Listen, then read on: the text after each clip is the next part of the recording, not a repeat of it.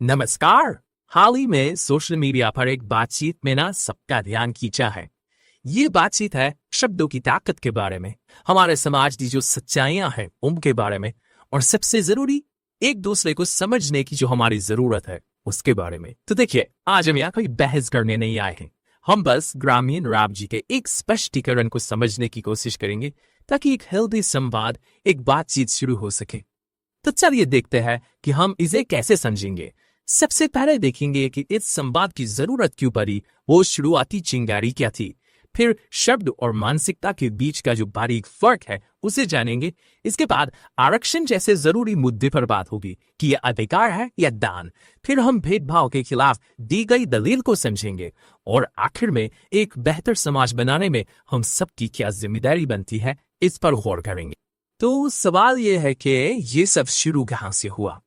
ये सब शुरू हुआ एक ऑनलाइन टिप्पणी से, जिसने एक बहुत ही निजी और कह सकते हैं भावनात्मक बहस को जन्म दे दिया। ये सिर्फ शब्द नहीं है, आप महसूस कर सकते हैं कि इनमें कितनी गहरी पीड़ा और निराशा छिपी है।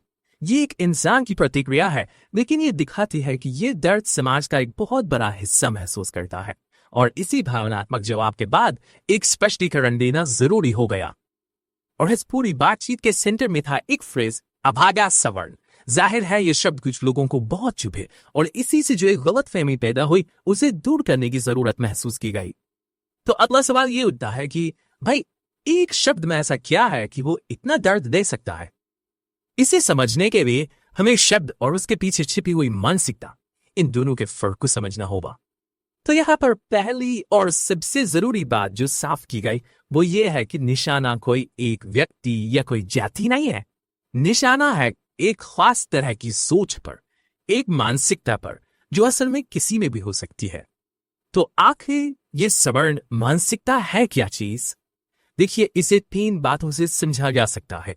पहली बात, जब समाज में हो रहे भेदभाव को बिल्कुल सामान्य मान लिया जाए, मतलब अगर ये तो ऐसे ही चलता है। दूसरी बात, जब कोई वंचित, कोई दुखी इंसान अपना दर्द बताए तो उसे सिरे से खारिज कर दिया जाए कि नहीं ये तो झूठी शिकायत है।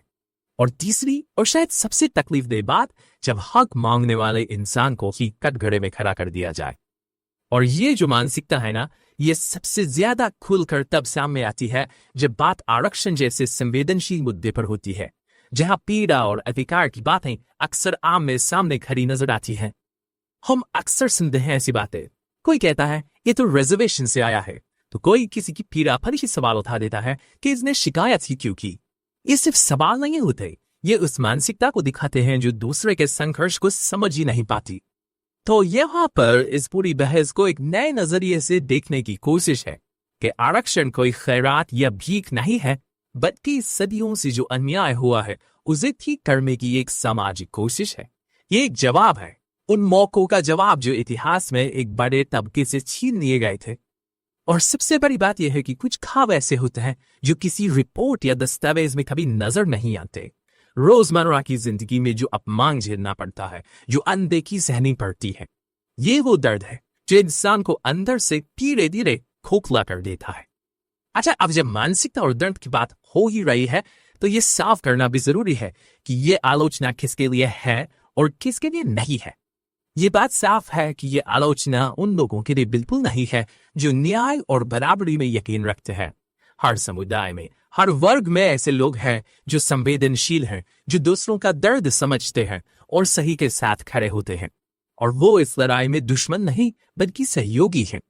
यह अपनी स्थिति को और भी साफ किया गया है। मुद्दा किसी जाति या वर्ग के खिलाफ होना है ही नहीं। लड़ाई सवर्ण विरोधी होने की नहीं है, लड़ाई भेदभाव विरोधी होने की है। मतलब विरोध किसी इंसान से नहीं है, बल्कि अन्याय करने वाली सोच से है। तो फिर ये आलोचना है किसके लिए? ये उन लोगों के लिए है जो अपनी अच्छी सामाजिक स्थिति को सिर्फ और सिर्फ अपनी मेहनत का फल मानते हैं, और ये भूल जाते हैं कि उन्हें समाज में कुछ सहूलियतें भी मिली हैं। और फिर जब वो दूसरों के संघर्ष को देखते हैं तो उस पर यकीन करने के बजाय शक करने लगते हैं। तो इन सब बातों के बाद सवाल उठता है कि यहां से आगे का रास्ता क्या है। ये बातचीत अब सिर्फ शब्दों और परिभाषाओं से आगे बढ़कर एक बड़े सवाल की तरफ जाती है कि एक समाज के तौर पर हम सबकी जिम्मेदारी क्या है। अब हमें जाति और वर्ग के इन लेबल से ऊपर उठकर सोचना होगा, क्योंकि दिन के अंत में ये बातें उतनी मायने नहीं रखती कि कौन कहाँ पैदा हुआ। असली और सबसे बुनियादी सवाल सिर्फ एक है, क्या हर इंसान को वो सम्मान मिला जिसका वो हकदार है? क्या हमने एक दूसरे को इंसान होने की गरिमा, वो डिग्निटी दी? यही सवाल है जो पूरी बहस के केंद्र में है। और इस दिशा में आगे बढ़ने के लिए ये एक विनम्र अपील है, किसी पर दोष लगाने के लिए नहीं, बल्कि एक साझा समझ बनाने के लिए कि हम सब, चाहे किसी भी बैकग्राउंड से हों, अपने इतिहास को जाने, उस पीड़ा को महसूस करें जिससे एक बहुत बड़ा वर्ग सदियों तक गुजरा है, और ये माने कि एक बेहतर कल बनाना हम सबकी सामूहिक जिम्मेदारी है। और आखिरकार हमारी मंजिल क्या है? एक ऐसा समाज बनाना जहां इन सारी बहसों की जरूरत ही न पड़े, एक ऐसा समाज जहां आरक्षण के लिए लड़ना न पड़े, जहां किसी को अपनी पीड़ा साबित न करनी पड़े, और जहां हर आवाज को बराबर से और सम्मान से सुना जाए। ये स्पष्टीकरण इस वादे के साथ खत्म होता है कि ये संवाद जारी रहेगा, सवाल पूछे जाते रहेंगे, लेकिन नफरत या कड़वाहट से नहीं, बल्कि संवेदना और सहानुभूति के साथ। और शायद यही वो रास्ता है जिससे हम एक दूसरे को बेहतर समझ सकते हैं। अगर ये वीडियो आपको थोड़ा भी सोचने पर मजबूर करे तो समझिए हमारी बात आप तक पहुंची। मैं दोहराना चाहता हूं, मैं किसी वर्ग का विरोधी नहीं हूं, मैं भेदभाव का विरोधी हूं।